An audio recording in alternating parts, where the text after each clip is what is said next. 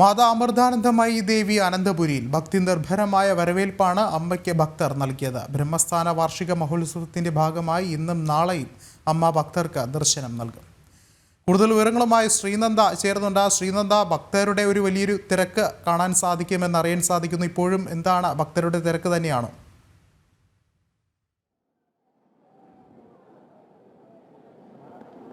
വിഷ്ണു, തീർച്ചയായിട്ടും ഭക്തജനങ്ങളുടെ അതിതീവ്രമായ തിരക്കാണ് നമുക്കിവിടെ കാണാൻ സാധിക്കുന്നത്. ബ്രഹ്മസ്ഥാന മഠമായ കൈമനത്താണ് അമ്മ ഇവിടെ ഭക്തജനങ്ങളെ ഇപ്പോൾ നേരിട്ട് കാണുന്ന കാഴ്ചയാണ് നമുക്ക് കാണാൻ സാധിക്കുന്നത്.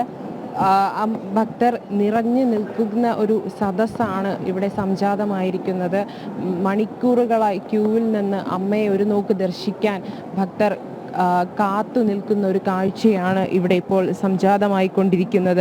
ആയിരക്കണക്കിലേറെ ഭക്തരാണ് അമ്മയെ ഒരു നോക്ക് കാണാനായി ഇവിടെ എത്തിയിരിക്കുന്നത്. 5 വർഷത്തിന് ശേഷമാണ് മാതാ അമൃതാനന്ദമയി ദേവി തിരുവനന്തപുരത്തേക്ക് എത്തിയിരിക്കുന്നത് എന്നൊരു സവിശേഷത കൂടി ഇപ്രാവശ്യം നമുക്ക് പറയേണ്ടതായുണ്ട്. അതുപോലെ തന്നെ അമ്മയുടെ ഒരു നോക്ക് കാണാനും അനുഗ്രഹം വാങ്ങിക്കാനും അമ്മയോടൊന്ന് സംസാരിക്കാനും അമ്മയുടെ ചുംബനങ്ങൾ ഏറ്റുവാങ്ങാനുമായി നിരവധി ഭക്തരാണ് ഭക്തി നിർഭരമായ ഈ ഒരു മുഹൂർത്തത്തിൽ എത്തിയിരിക്കുന്നത്. കുട്ടികളും മുതിർന്നവരും അതുപോലെ തന്നെ വൃദ്ധജനങ്ങളും അടക്കം നിരവധി പേർ മണിക്കൂറുകൾ നീണ്ട ക്യൂവിൽ നിന്നുകൊണ്ട് അമ്മയെ ഒരു നോക്ക് ദർശിക്കാനായിട്ടാണ് ഇവിടെ എത്തിയിരിക്കുന്നത്. ഭക്തി നിർഭരമായ ഒരു അന്തരീക്ഷമാണ് ഇപ്പോൾ മഠത്തിൽ നമുക്ക് കാണാൻ സാധിക്കുന്നത്.